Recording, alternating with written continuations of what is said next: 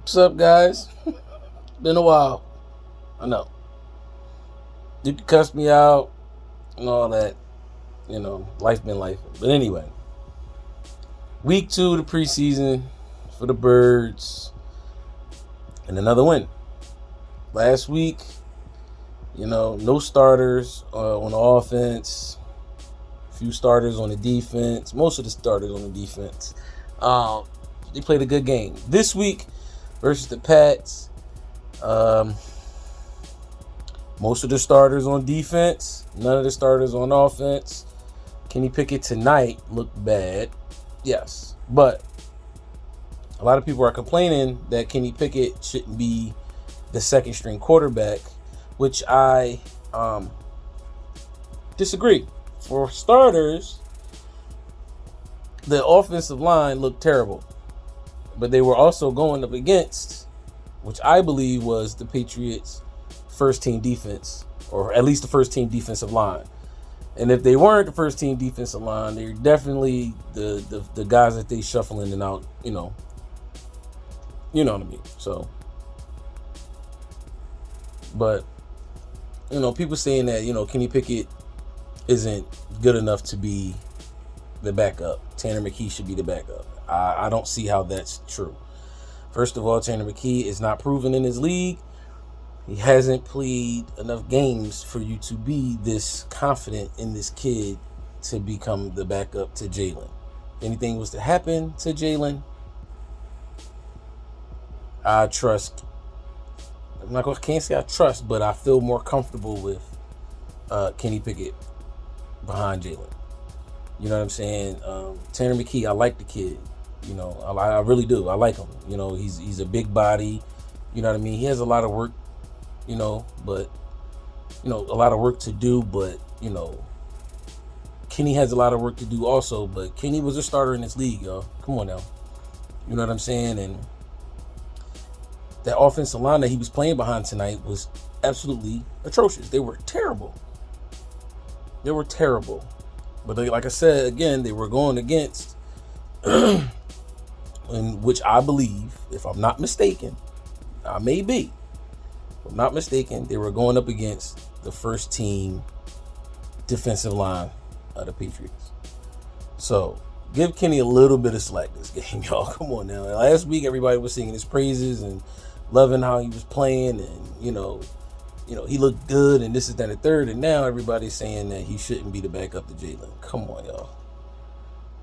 I love our fans. I really do. I really, really do. But sometimes you guys got to stop, take a step back, think about what the hell you're talking about before you speak, because you sound crazy.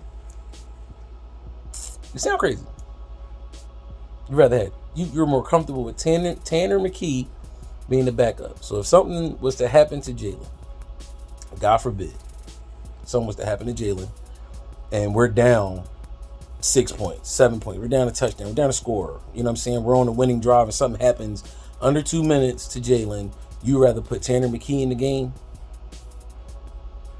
Come on, bro. Come on, y'all. I love y'all, but come on. Let's think about this, man. Stop it. Please. But good win tonight for the Birds. I won a couple dollars on my FanDuel, you know what I'm saying? So, this is a good night for me. But regardless of that, man, Tanner McKee is a good player. I like the kid. He has a lot of work to do. He, if he sticks around here, which he may not, you never know. You know what I'm saying? Next year may be that leap for him to become the actual backup to Jalen. You never know. You know what I'm saying? Something may happen this year, and he may be able to, you know what I'm saying?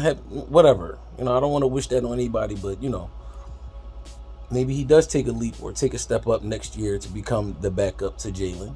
We never know. But at the end of the day, man, no. Come on, bro. Come on. Tanner has never started a game in the NFL. Kenny Pickett has won games. Kenny Pickett has had game-winning drives. Come on, y'all. Let's not jump the gun. This is preseason game number 2. This is not what we need to be talking about. You know what I'm saying? My concern right now, honestly, Bryce Huff. I mean,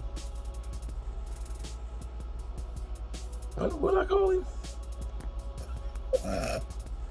The boy we just got from the Jets. That's my biggest concern at the moment. I call him Bryce Huff. Is that his name? I forget. Man, that's not good. I'm all out of it. But anyway, he hasn't really flashed anything. Tonight's game, Jeremiah Trotter, after having a great game, the first preseason game, comes out super flat. He got burnt a couple times tonight. And, and he's a rookie, you know what I'm saying? So it's, it's going to happen, you know what I mean? But, I'm just so hyped for the kid, you know what I'm saying? But the starting defensive line, I need to see them work together. Like, I need at least a whole quarter. We haven't gotten that yet. I doubt that will happen this next preseason game next week, the last preseason game. I doubt that happens. And I kind of feel like that may be trouble for us going into this game in Brazil against the Packers. The starters not getting any playing time. They're not getting, not taking any hits, live game hits. You dig what I'm saying? That may be an issue for us. I don't know. You know what I mean? But I don't know. You know what I'm saying? But I kind of feel like they need to get some game time, man. They need to get some playing time before this preseason is over. They need at least a quarter. At least a quarter. I would love to see a whole half from the starters on offense and defense. You know what I'm saying? But we'll see what happens with that. You know what I'm saying? Quinyon Mitchell, he's getting a lot of playing time. I love it. I feel like Rodgers is going to be opposite of Slay, and Quinyon is going to play the nickel. As far as linebackers, it seems like Braun and Devin White will be the starters. Nakobe Dean has flashed a lot. I still have a lot of hope for Nakobe. Maybe I'm going crazy. Maybe I'm tripping with that, but I do feel like Nakobe is going to eventually become, the linebacker opposite of Devin White. I really do. I feel like he will become that. It's going to be interchangeable. You know what I'm saying? We got to have, Nakobe's not good with covering. You know what I'm saying? So him, Braun, and Jeremiah Trotter Jr. would definitely be shuffled in and out. Cooper DeJean is back. He hasn't played yet. I don't think he'll play next week. Maybe he will, maybe he won't, but I don't think he will. I don't think it's necessary at this point. Keely Ringo is looking really good. He's taken a huge leap from last season to now. So, I'm just happy that Bradbury is not going to be starting. If you've seen tonight's game against the Patriots, Bradbury playing safety, he looks just like Bradbury from last year. This is in preseason. Not playing against the starters on offense. This is that bad. And I was sitting back and I was thinking like, damn, we can't get rid of this kid. And it's like, no, nobody wants him, bro. I don't anybody's really willing to trade for Bradbury unless it's a dire need at cornerback. And even if we do trade Bradbury, we're not getting anything back for him. The best probably be a 5th round pick. I don't think Bradbury's going anywhere. I think he'll be here throughout the season. He's going to play that backup role at safety. They may mix him in there and slide at times. They may mix him on the outside at times. But looking at the last 2 games, tonight and last week's games, Bradbury has been getting cooked just as much as he's been getting cooked as much as he was getting cooked last season. He's done. I'm sorry. He's done. It's over for him. I'm sorry. Maddox, on the other hand, you got to pick tonight. You don't really hear Maddox's name often with him playing safety now.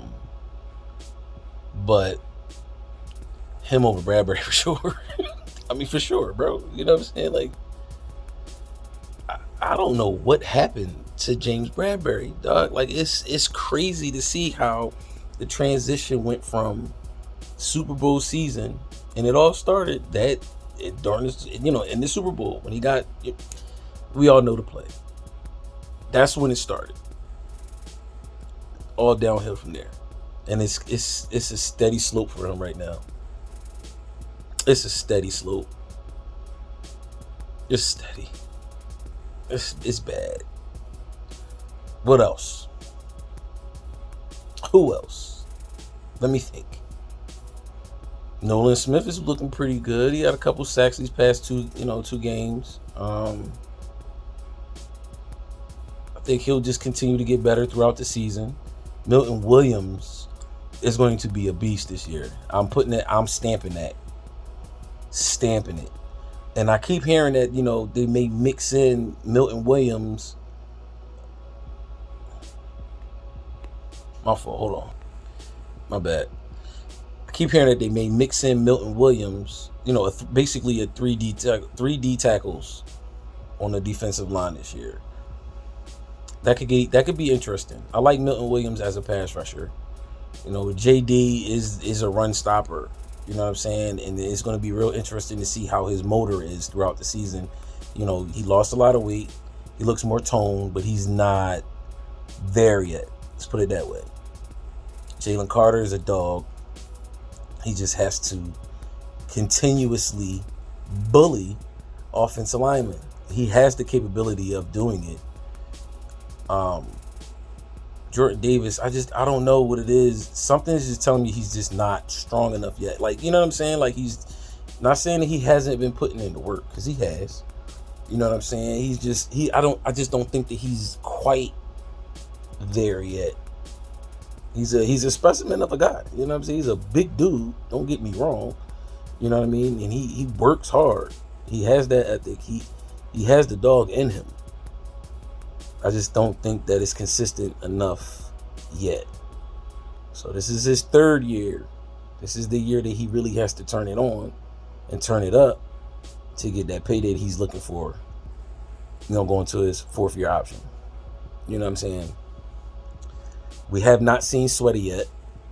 Or have we? Did we see him last week? I don't remember seeing Sweat last week. I don't remember him. Maybe I missed it. But I feel like I haven't seen Sweat yet, but hopefully, he's ready to go. And and he goes out and proves himself to be one of the top DNs in the league.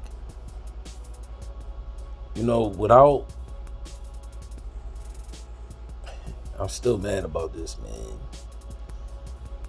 But without Hassan, this is going to be tough for the defensive line, man. It's going to be real tough for them. It's all about the pressure this year. I mean, it was all about the pressure last year also, but, at least you knew Hassan was in the game. There's a possibility of getting a sack, getting pressure on the quarterback. But this year is going to be a little bit different. It's interesting to see how Vic is going to do this. Now, I have seen that Vic has been throwing a lot of blitzes in. And usually he's not, big on blitzing, but my fault. Again, I forgot where I was at, but I do want to say this one last thing, man.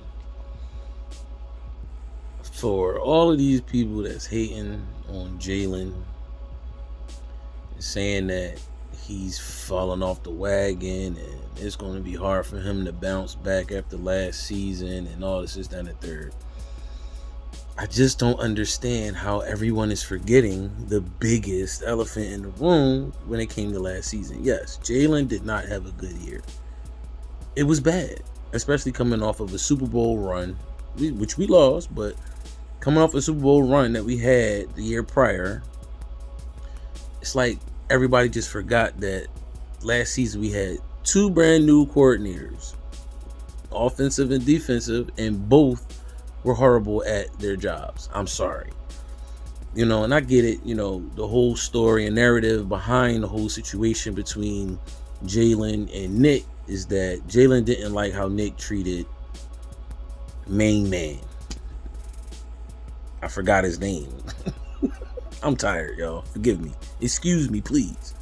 I'm exhausted. But it's like everybody just forgot how bad of a play caller he was.